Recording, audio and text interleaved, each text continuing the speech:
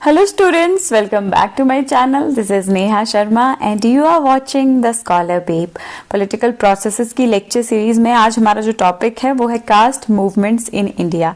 अगर आपको फार्मर और वुमेन मूवमेंट भी करने हैं तो वो चैनल पर ऑलरेडी वीडियोस अपलोड हो चुकी हैं, आप जाकर देख सकते हैं।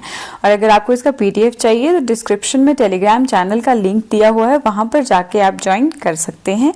इस वीडियो में हम पढ़ेंगे इंडिया में प्री इंडिपेंडेंस से अभी तक कौन कौन से कास्ट मूवमेंट्स हुए हैं, कौन कौन से वो थिंकर्स हैं और उनका कास्ट पर क्या विचार है, वो सब हम इस वीडियो में कवर करने वाले हैं। तो आपने ध्यान से अच्छे से इस लेक्चर को लगाना है और समरी नोट्स क्रिएट करने हैं। ओके, समरी नोट्स मैंने दे के भी रखे हैं इसमें टेबल के फॉर्म में, आप वैसे जो है वो इसको बना सकते हैं।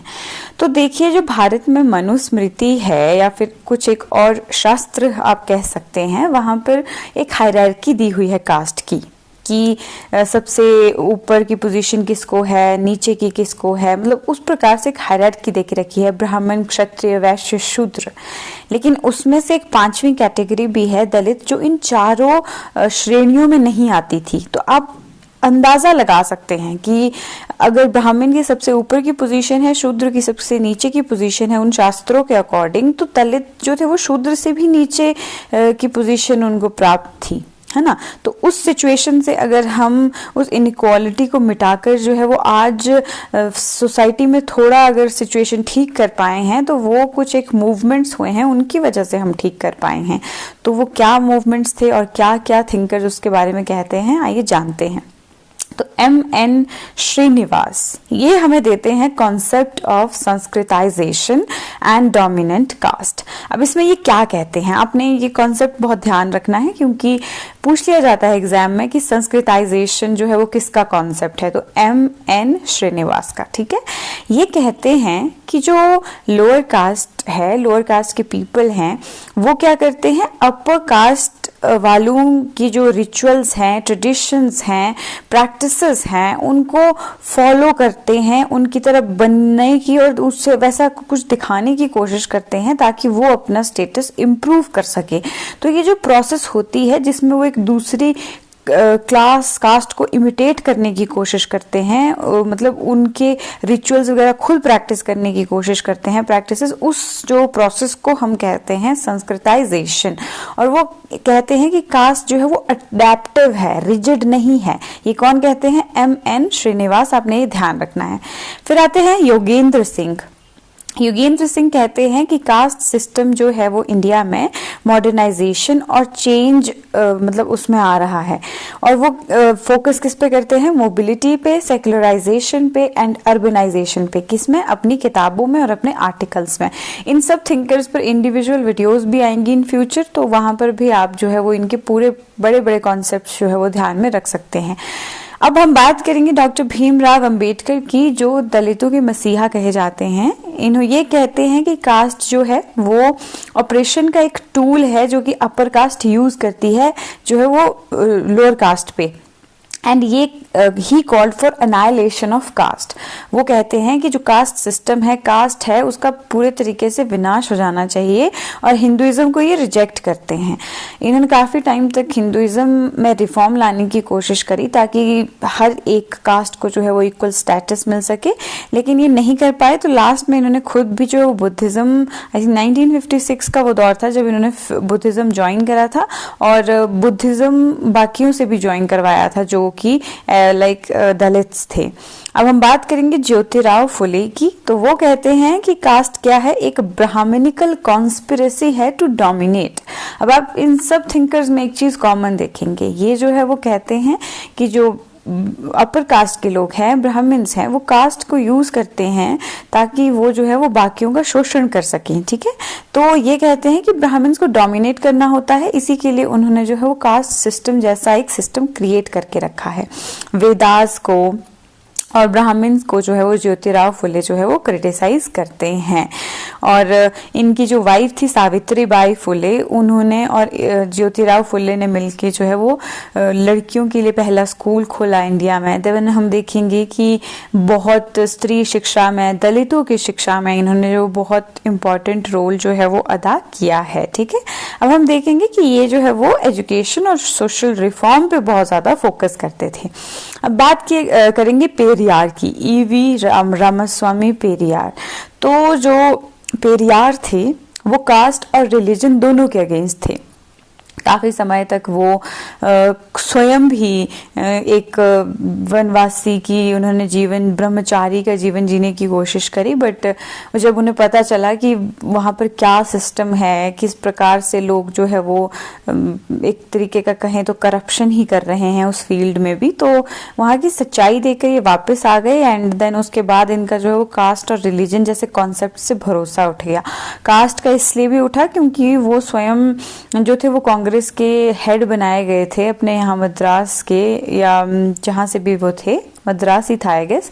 एंड वो ना मतलब लोगों ने उनका बहुत ज्यादा विरोध करा जो कांग्रेस में ही थे, just because of his cast. अपनी कास्ट की वजह से इनको लाइफ टाइम बहुत ज्यादा डिस्क्रिमिनेशन झेलनी पड़ी थी, इस वजह से ये कास्ट के भी अगेंस्ट थे। एंड सेल्फ रिस्पेक्ट मूवमेंट जो कि तमिलनाडु में चला था, जो कि उसमें इन्होंने उसको फेमस करने में जो है वो पेरियार का बहुत ज्यादा योगदान था। वो तमिल्स को, द्रविडियंस को, उन सबको ये एहसास कराना चाहते थे कि तुम लोगों की हिस्ट्री कितनी ज्यादा अच्छी है और तुम्हें उस पर गर्व होना चाहिए। ठीक है, तो सेल्फ रिस्पेक्ट मूवमेंट उसके लिए चलाया गया था। देन हम देखेंगे गैल ओम्बेट जो है वो दलित मूवमेंट्स को इमेनिसिपेटरी स्ट्रगल्स कहते हैं, जो कि तुम्हें बेसिकली तुम्हारे जो ये दलित मूवमेंट्स है ये कहते हैं कि वो जो है वो इमेनिसिपेटरी स्ट्रगल्स हैं, यानी कि मुक्ति दिलाने वाले स्ट्रगल्स हैं। कास्ट को क्लास से, पेट्रियार्की से और कैपिटलिस्ट स्ट्रक्चर्स से जो है वो जोड़कर ये देखते हैं। अब कुछ एक डेफिनेशंस हैं जो आपको पता होनी चाहिए, जो कि एग्जाम में डायरेक्टली पूछ ली जाती हैं। Caste is so tacitly and so completely accepted by all including those most vocal in condemning it that it is everywhere the unit of social action. ये किसने कहा है? ये कहा है M.N. श्रीनिवास ने। ये कहते हैं कि कास्ट इतनी ज्यादा प्रेवलेंट हो चुकी है और लोग उसको इतना मान रहे हैं कि जो उसको कंडेम भी करते हैं, उसके अगेंस्ट भी है, वो खुद भी उसकी बहुत सारी चीजें सबकॉन्शियसली मानने लग पड़ते हैं। देन रजनी कोठारी कहते हैं it is not politics that gets caste ridden, it is caste that gets politicized। politicization of caste concept Rajni Kothari ने दिया है, जो हम आगे पढ़ेंगे। ठीक है, the caste provided the basis for communication, representation and leadership to the political democracy in India in the form of structures called caste associations। Rudolph and Rudolph ने हमें ये डेफिनेशन दी थी। और कास्ट एसोसिएशन को वो कहते थे पैरा कम्युनिटी। ये सारी चीजें आपने ध्यान में रखनी है। और सीपी भामरे कहते हैं कि पॉलिटिक्स जो है, पॉलिटिक्स ऑफ कास्ट जो है वो बड़ा इविल है देन पॉलिटिक्स ऑफ रिलीजन। तो ये जो डेफिनेशंस है आपने ये ध्यान में रखनी है। इनमें से एक भी हो सकता है कि आपसे जो डायरेक्टली पूछ ली जाए। अब हम बात करेंगे रजनी कोठारी के कास्ट इन इंडियन पॉलिटिक्स की।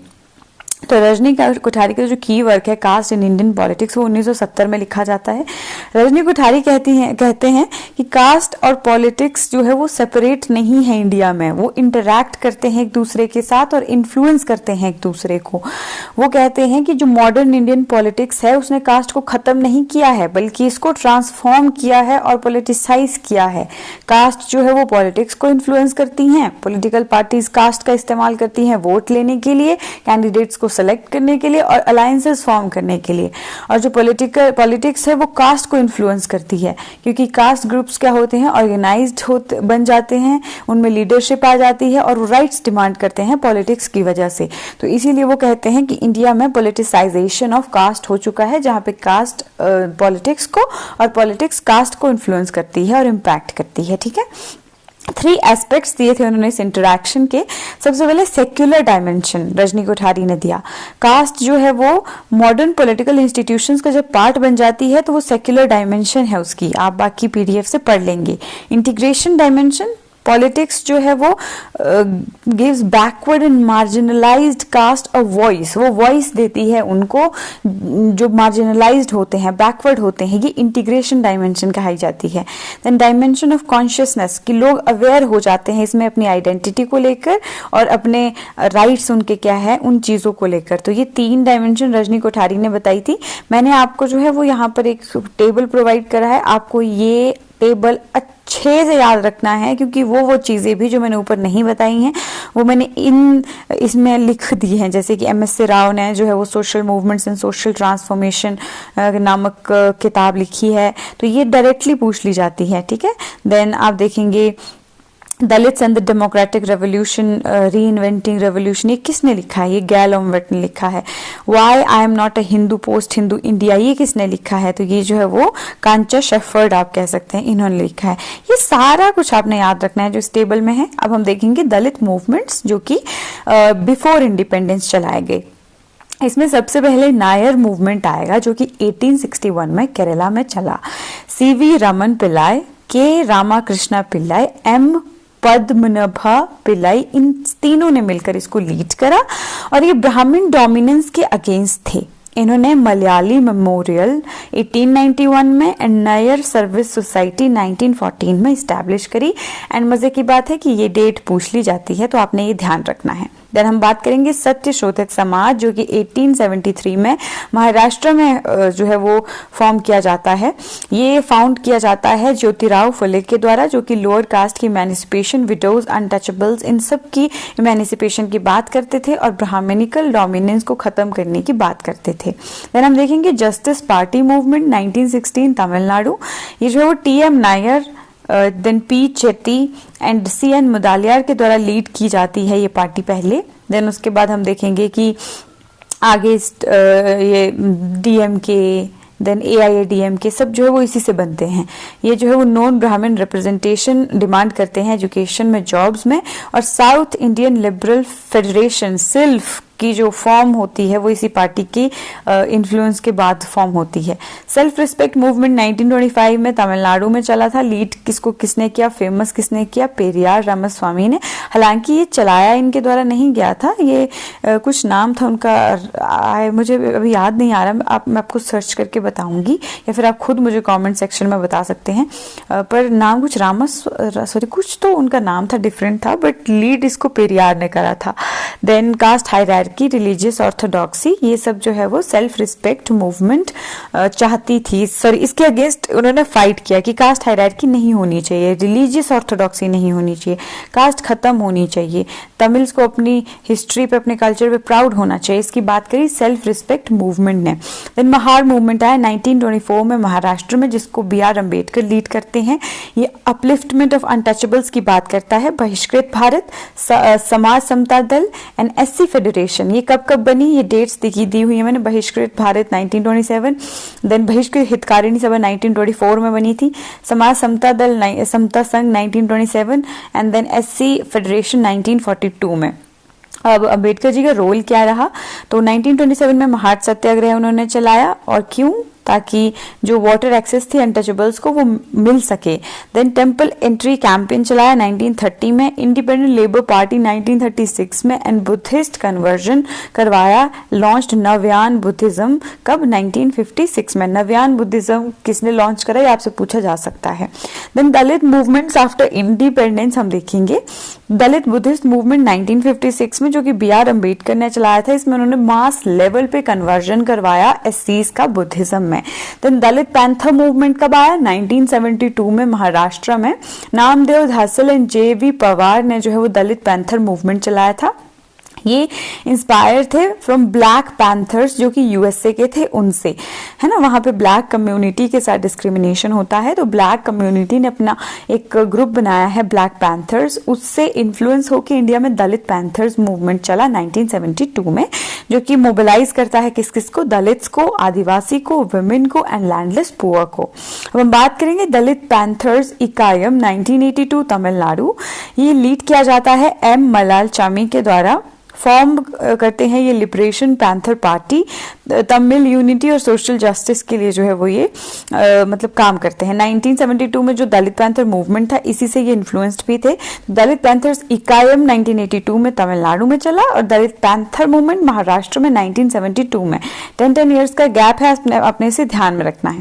Then Republican Party of India 1957 में ये पॉलिटिकल सक्सेसर बनती है ऑफ अंबेडकर मूवमेंट्स। अंबेडकर की डेथ के बाद यही पार्टी है जो इंडिया में दलित्स के लिए जो है वो काम करती है अच्छे तरीके से। देन हम देखेंगे national campaign on Dalit human rights 1998 में चलाया जाता है, जो कि दलित्स की राइट्स की बात करता है नेशनली एंड इंटरनेशनली।